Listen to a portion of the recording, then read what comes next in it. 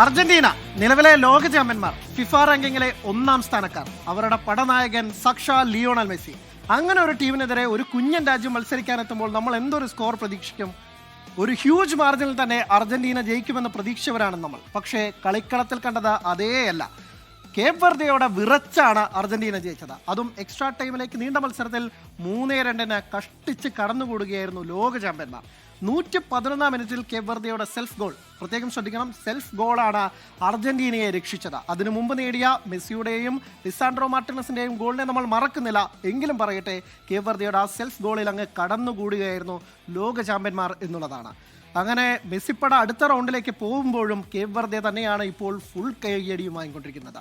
World cup ഡെസ്കിൽ നിന്ന് അക്ഷയ് ചേരുന്നു. അക്ഷയ്, പ്രതീക്ഷിച്ച ഒരു മത്സരമല്ല. ഒരുപക്ഷെ അർജന്റീന ആരാധകരെ സംബന്ധിച്ചിടത്തോളം ഈ മത്സരത്തിൽ അവർ സ്കോർ 3-2 എന്നതായിരിക്കും. പക്ഷേ അർജന്റീന ലിറ്ററലി തോറ്റു, അല്ലെങ്കിൽ അർജന്റീന ഇത് ജയിച്ചിട്ട് കാര്യമില്ല, ജയിച്ചു, എങ്ങനെയെങ്കിലും കടന്നുകൂടി എന്നേ നമുക്ക് ഈ പറഞ്ഞു വെക്കാൻ സാധിക്കുന്നു.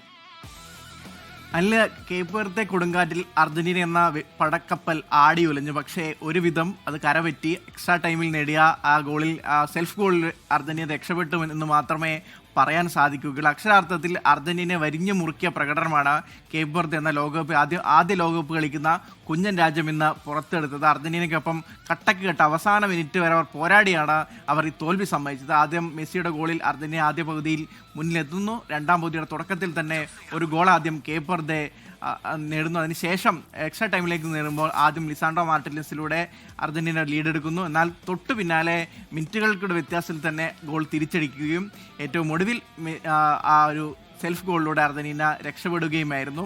ബൊസീഞ്ഞയുടെയും കേപ്പ് വെർദെയുടെ കളിക്കാരുടെയൊക്കെ പ്രകടനം എടുത്തു പറയേണ്ടതാണ്.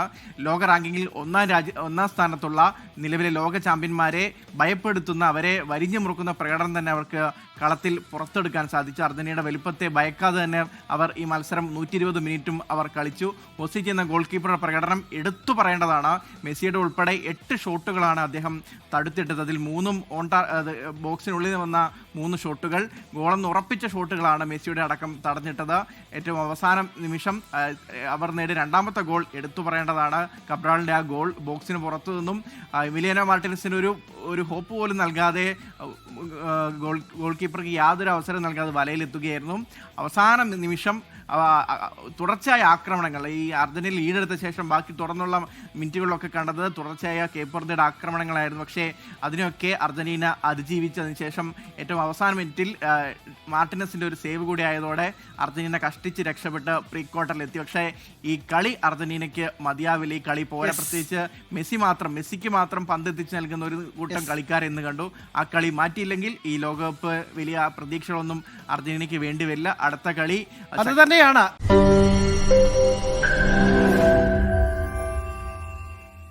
ലോകത്തെവിടെയായാലും ഏത് സമയത്തും 24 വാർത്തകളും ഓഗ്മെന്റഡ് റിയാലിറ്റി പാക്കേജുകളും എക്സ്പ്ലെയിനറുകളും വിശദമായി കാണാൻ ഞങ്ങളുടെ യൂട്യൂബ് ചാനൽ നിങ്ങൾക്ക് സബ്സ്ക്രൈബ് ചെയ്യാം.